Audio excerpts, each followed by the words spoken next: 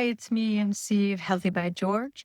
Today, I want to talk about the power of kindness, compassion, and being intentional about using those energies towards ourselves and towards others.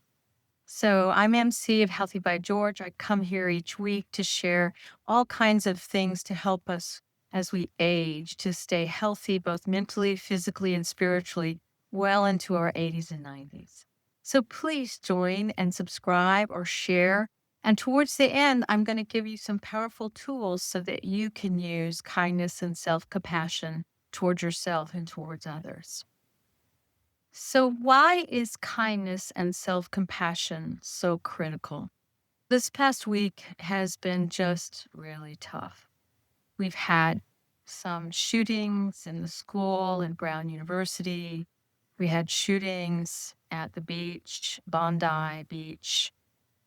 There was the stabbing or killing of Rob Reiner and his wife, Camille. And I think there was one other tragedy which is in my mind. But truthfully, the past week has been daunting. One filled with some really tough things that we are seeing in our society.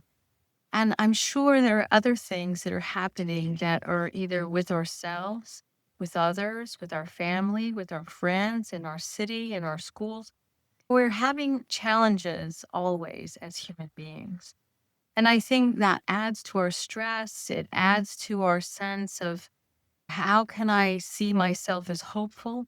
How can I see the future as bright?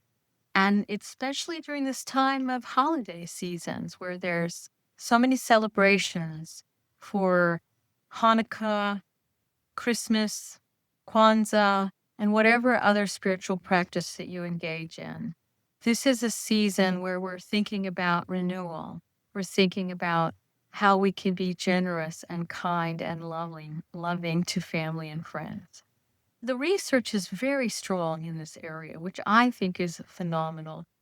I don't know about you, but there was this amazing research that was done where we put water, or scientists put water into some jars. And if you hear this noise in the background, this is my sweet Pete who needs to be included in some way. So, if you know of these two researchers who did this experiment where they took jars of water and basically they had one jar of water that they spoke kind and compassionate phrases to, and the other jar of water was angry, judgmental statements. And they did this for a while. And I'm not sure if they put them in a cold area or if they had seeded them with some kind of crystals. But what was really phenomenal is the crystals that grew in the jar of water that was given compassionate and kind were phenomenal. They were beautifully architectured. They were stunning things to look at. They made this beautiful impression of a visual kind of representation of what kindness and compassion might look like. While in the jar of water that is not so, was hateful, commentary, judgmental, very hateful kinds of statements, the crystals were deformed and not very pleasant to look at. In fact, they were disjointed and all kinds of malfunctioning processes. And when we look at other research that's been done, we also see a link in any kind of kind, non judgmental self talk. It lowers depression, it lowers anxiety, it lowers our self criticism, and it increases our sense of well being. It also supports healthier behaviors. There's been all kinds of interventions that have shown that by just saying aloud something that is loving and kind towards yourself and towards others, that it has an increased positive response both in ourselves and in how we connect to others. And this is so critical now at a time when we're seeing so many things in our society that is just hard to deal with. And I know that sometimes this seems rather silly, this practice of saying things aloud that affirm our core values of love and kindness and health and things that we really want to see in the world because it feels fake.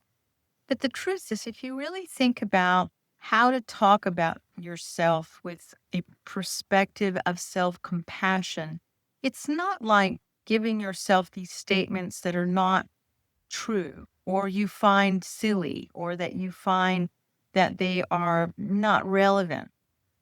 Because really, it's just about writing to yourself. If you feel uncomfortable saying things out loud, write something down about yourself that you feel is true. That maybe you show up for your friends.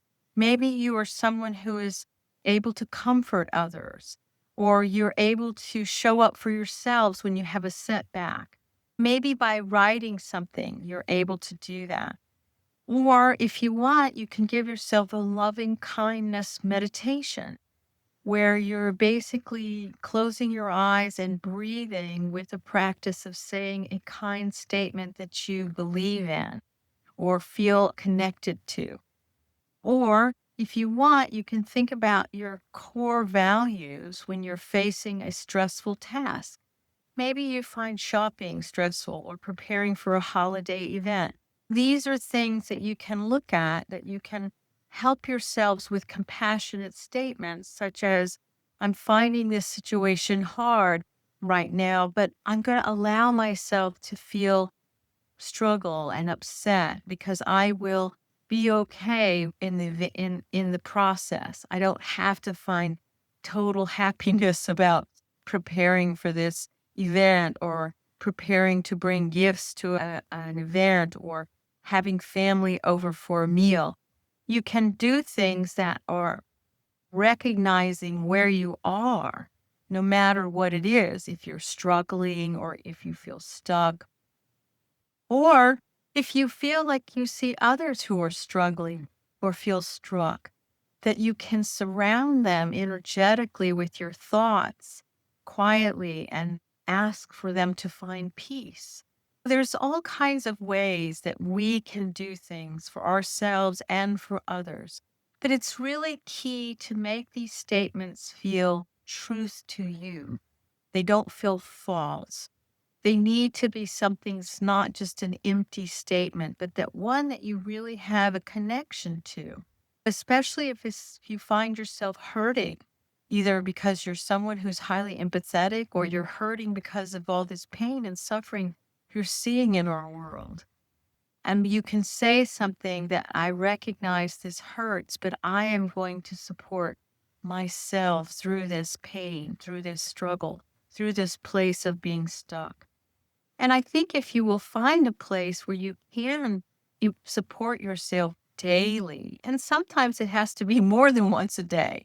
Maybe it shows up several times a day because the truth is the news is on and guess what? They're always reminding us of this stuff that's happening in the world that is so upsetting.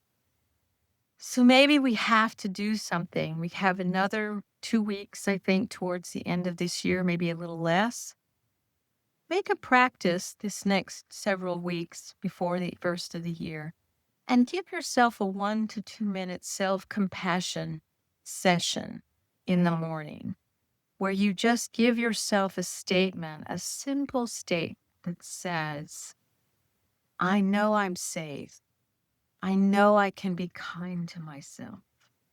And you can offer it to others in your family or friends, or even to those in the world who are struggling with these fears. I'm hoping them wellness. I see them calm and their nervous systems are reconnecting to what matters during this frightful time. You can offer loving kindness and self compassion in any way that feels real to you because it reduces stress, builds a sense of resilience instead of criticizing yourself and thinking how things are hard. We can intentionally address things in our lives as if we're talking to a close friend.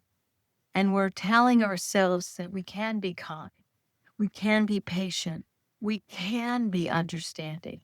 And the power is from the research is that when we talk to ourselves out loud, you feel less anxiety.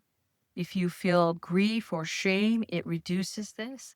And it helps us find ways to manage or cope or somehow find a path through instead of avoid. So, be my friends. I know these things that are happening in our society are quite difficult to hear and understand that they're going on. But we can protect ourselves by acknowledging this hard time. We want to see more kindness and self compassion in the world, and that we're going to let that energy flow from us out to others and to ourselves. And believe me, I think eventually it will change our environment no matter what.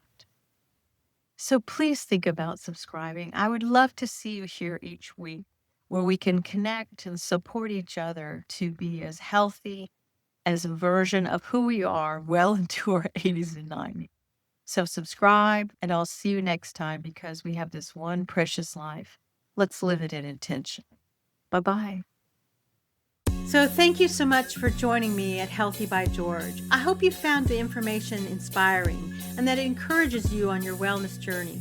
Because remember, your body, your well-being are a most precious gift, and every tiny action taken daily can make a huge difference.